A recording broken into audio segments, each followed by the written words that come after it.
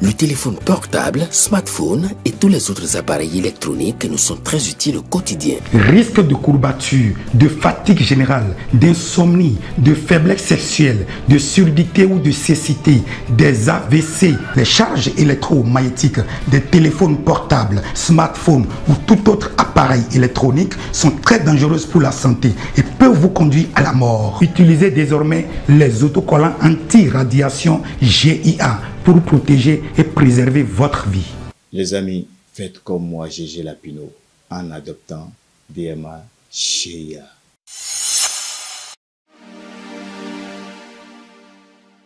Amis internautes de Guéri TV Monde et lecteurs de Matin Libre, bonjour. Bienvenue dans la revue des titres de votre quotidien en sa parution de ce mercredi 2 octobre 2024. Premier titre à la une de votre quotidien, dossier perturbation de l'ordre constitutionnel. La liste s'allonge, fait constater mon confrère. Sous le régime de la rupture, les affaires de déstabilisation de l'État et de perturbation de l'ordre constitutionnel se multiplient. Après Rekia Madougou et Joël Aïvo, c'est le tour de Olivier Bokor et Oswald Omeki. Toujours dans le même chapitre, affaire présumée tentative de coup d'État, mandat de dépôt contre Bokor et Omeki, nous informe le journal. Olivier Bokor et Oswald Omeki passeront leur toute première nuit en prison. C'est ce qu'a décidé finalement le juge des libertés et de la détention de la Cour de répression des infractions économiques et du terrorisme Criette dans la soirée de ce mardi 1er octobre 2024. Autre titre à la une de votre quotidien, exposition, le panafricanisme artistique fait un stop au Bénin. Le public admire les œuvres lors du vernissage de l'exposition le 27 septembre 2024 aux ateliers Kofi, photo ministère de la culture du Bénin. Pendant ce temps, leadership des femmes en politique, Véronique Toye-Fodé échange avec les bénéficiaires du PAG1. La ministre des Affaires sociales et de la microfinance a échangé hier mardi 1er octobre 2024 avec les bénéficiaires du programme d'appui à l'égalité de genre phase 1 à la salle des fêtes des tours administratifs de Cotonou. Il s'est agi de discuter avec les bénéficiaires du programme du gouvernement, du déroulement de leur formation et des principaux profits qu'elles en ont tirés. On poursuit avec la revue des titres de votre quotidien. 8 ans de Guéri TV Monde, Shamsdine Badarou, une vision justifiée, s'exclame le journal. L'intégralité du message du PDG de Guéri TV Monde à lire à la page 5 de votre quotidien. L'avant-dernier titre à la une de votre quotidien, Mara Monde Côte d'Ivoire 2024, la journée de tous les espoirs pour les guépards. La Mara Monde Côte d'Ivoire 2024 a entamé depuis ce mardi 1er octobre 2024 les derniers matchs de groupe. Après le groupe A, le mardi 1er octobre 2024, la poule B jouera les dernières rencontres inscrites dans son agenda ce mercredi 2 octobre 2024. Les guépards du Bénin joueront à cette occasion leur ultime rencontre de match de poule. Terminons la revue des titres de votre quotidien par cette bonne nouvelle. Premier des jeux de hasard au Bénin, la LNBSA fait son entrée à la BRMVM. Un gros morceau fait son entrée à la Bourse régionale des valeurs immobilières BRMVM. La Loterie nationale du Bénin SA est la première société de l'Afrique à avoir rempli les formalités requises à être cotée à la BRMVM. La maison du trésor, qui ne cesse de faire des heureux gagnants, est donc une fierté nationale et c'est à cœur joie que le ministre d'État en charge de l'économie et des finances, Romiad Wadaï, a accueilli la nouvelle lors de la cérémonie de lancement de l'offre publique de vente dans la salle de conférence de son ministère dans l'après-midi du mardi 1er octobre 2024. Il s'agit d'offres publiques de vente par session de minimum 7 millions d'actions détenues par l'État du Bénin dans le capital de la Loterie nationale du Bénin, suivi d'une introduction en bourse. Amis internautes de Guéri TV Monde et lecteurs de Matin Libre, ainsi s'achève la revue des titres de votre quotidien en sa parution de ce mercredi 2 octobre 2024. Merci de nous avoir suivis. À demain.